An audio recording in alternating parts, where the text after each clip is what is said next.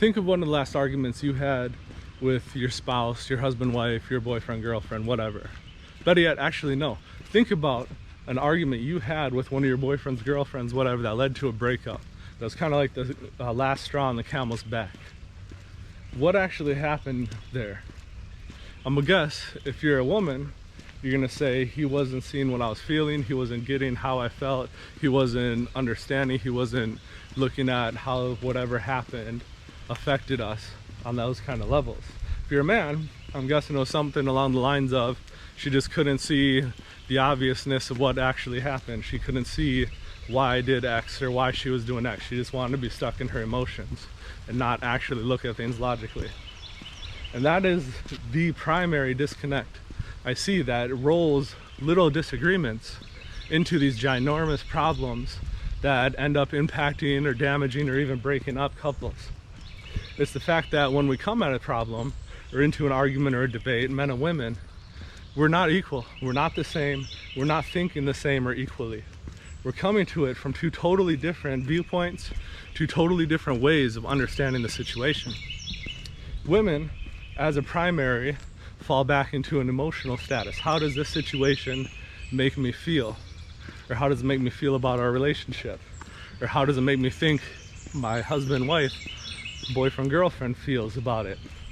It's an emotionally driven stance. Whereas men, we tend to come at it from what are the facts of what actually happened, period. And how does that roll into the consequences of what happened now? It's a more logic-based, this for that kind of thing.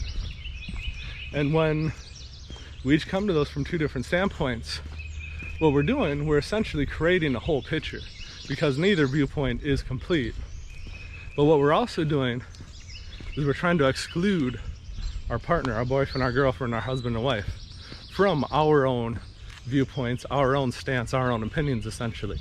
We're building off a wall saying, this is where I stand logically, or this is where I stand emotionally. I don't care about what you think or feel, period.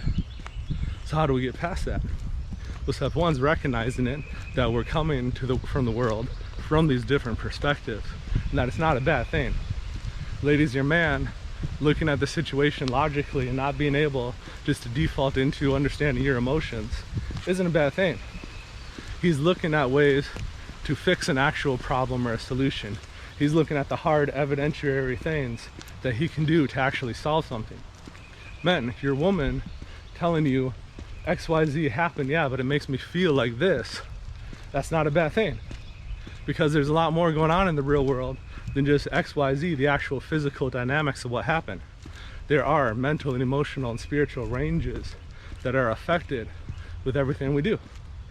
And as a man, you're not going to get that or understand that complete picture just looking at the physical logics of this happened, so this happened, then this happened.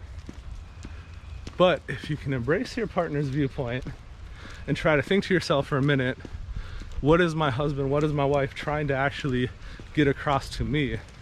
Are we actually even disagreeing at all? Or is it a disagreement in how we're actually looking at the situation?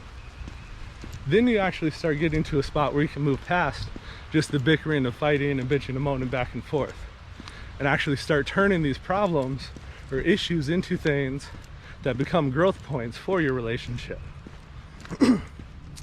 The idea of a relationship without a fight, without an argument, without any kind of disagreements or conflicts, that's a fallacy. That's some kind of imaginary dream that does not exist in reality. Because anytime you have two people, you're going to have inequalities. You're going to have two sets of different ways of thinking, of looking at the world, of feeling things. You're going to have two different ways. Every situation impacts each different person. And that's a good thing. Because if you were just two of the exact same copies, thinking and feeling everything the same, you wouldn't have a relationship, you wouldn't even be human, you'd be robots with no will. And the dynamics, the differences in how we feel and interpret the world is what makes men and women able to come together and actually make something cohesive. Because together, we're forming that complete picture. Together, if we try to understand our partner's perspective, we can understand why I feel this way. It's because XYZ physical things happen. Or we can understand why our woman is so upset or happy, and she feels that way because these emotional things happened due to whatever XYZ logic, physical things that occurred. And once we try to understand that bigger picture, we can start getting out of our own defensive stance and start breaking out of that stance in a relationship that puts up walls between our communications and barriers between our partners, and start taking it as this is us as a team versus whatever situation happened. It's not me versus my wife. It's not me versus my girlfriend. It's not you versus your man. It's the two of you facing whatever situation occurred together and working through it, building something cohesive. So embrace your partner's different point of view. Embrace the fact that your man doesn't really give a damn about the emotions of it. He cares about what actually happened. And guys, embrace the fact that your woman doesn't care so much about what actually happened, so much as how it's actually making you and her feel, and feel about each other. And if you can do that, your relationship will grow into something beautiful.